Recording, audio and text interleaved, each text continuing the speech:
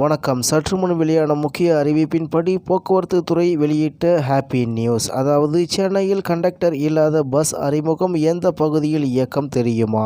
செய்தியை முழுமையாக கேட்கறதுக்கு முன்னாடி நம்ம சேனலை சப்ஸ்கிரைப் பண்ணலாம். சப்ஸ்கிரைப் பண்ணிக்கோங்க. மறக்காம பெல் பட்டனை கிளிக் பண்ணிக்கோங்க. அப்பதான் நம்மளுடைய அப்டேட்டட் நியூஸ் உங்களுக்கு உடனுக்குடன் வந்து சேரும். சிங்கப்பூர் சென்று வந்தவர்கள் அங்கு இயக்கப்படும் கண்டக்டர் இல்லாத சொகுசு பேருந்துகள் பற்றி பெருமையாக சொல்வார்கள். அதன்படி இனி நாமும் எங்கள் சென்னையிலும் அதாவது உண்டு சிங்கப்பூர் லண்டன் தரத்தில் என பெருமிதமாக சொல்லலாம். இதோ சென்னைக்கு வந்தாச்சு அந்த நவீன வசதி. தமிழக அரசின் போக்குவரத்து துறை பயணிகளை கவரும் வகையில் புதிய வசதிகள் கொண்ட டெக்னாலஜி பேருந்துகளை மேம்படுத்தி வருகிறது. குறிப்பாக சுற்றுச்சூழலை காக்க மின்சார பேருந்துகளுக்கு தமிழக அரசு பெரும் முக்கியத்துவம் சென்னையில் தற்போது 625 மின்சார பேருந்துகள் படிப்படியாக அறிமுகப்படுத்தப்பட்டு வருவதாக கூறப்படுகிறது. அந்த வகையில் சொகுசு பேருந்து வரலாற்றில் மேலும் ஒரு மைல்கல் சர்வீஸாக சென்னை மாநகர போக்குவரத்து கழகத்தின் அதாவது எம்டிசி மூலம் நவீன வசதிகளுடன் கூடிய ஜொலிக்கும் தங்க நிறத்திலான பிரீமியம் குளிரூட்டப்பட்ட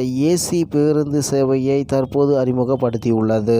மேலும் போக்குவரத்து மற்றும் மின்சாரத்துறை அமைச்சர் சிவசங்கர் மாநகர போக்குவரத்து கழகம் சார்பில் தங்க ரதம் என பெயரிடப்பட்ட கூடுதல் வசதிகளுடன் கூடிய புதிய தாழ்தள மின்சார குளிர்சாதன சேவையை சென்னை மாநகர் போக்குவரத்து கழகத்தின் மத்திய மின்சார பேருந்து பணிமனையில் காணொலி காட்சி வாயிலாக கடந்த வாரம் கொடி அசைத்து தொடங்கி வைத்தார். முதற்கட்டமாக இந்த தங்கரத பேருந்து சேவை சென்னையில் முக்கிய பகுதிகளை இணைக்கும் வகையில் 40 கிலோமீட்டர் வரை கொண்ட வழித்தடங்களில் 5 பிரீமியம் பேருந்துகள் இயக்கப்பட உள்ளன. முதல் கட்டமாக இந்த பேருந்து சேவை வழித்தடம் 570S மற்றும் 91 ஆகிய 2 ரூட்களில் சோதனை அடிப்படையில் இயக்கப்பட உள்ளன.